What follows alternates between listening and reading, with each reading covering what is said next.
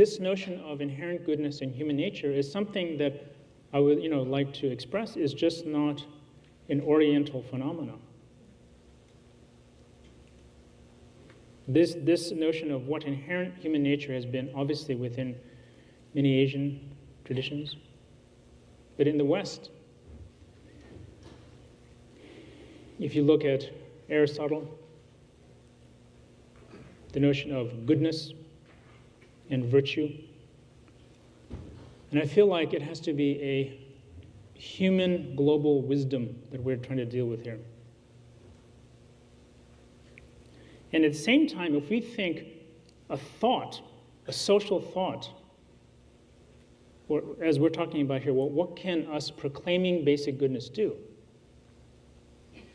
And many times when I'm talking about this, people feel like they have an inherent, in this culture, sense of not self-worth, but self-hate, self-aggression.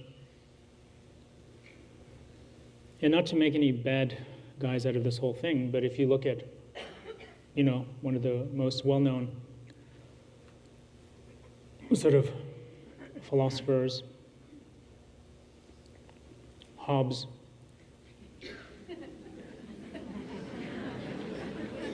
He talks about humanity being cruel and brutish and selfish.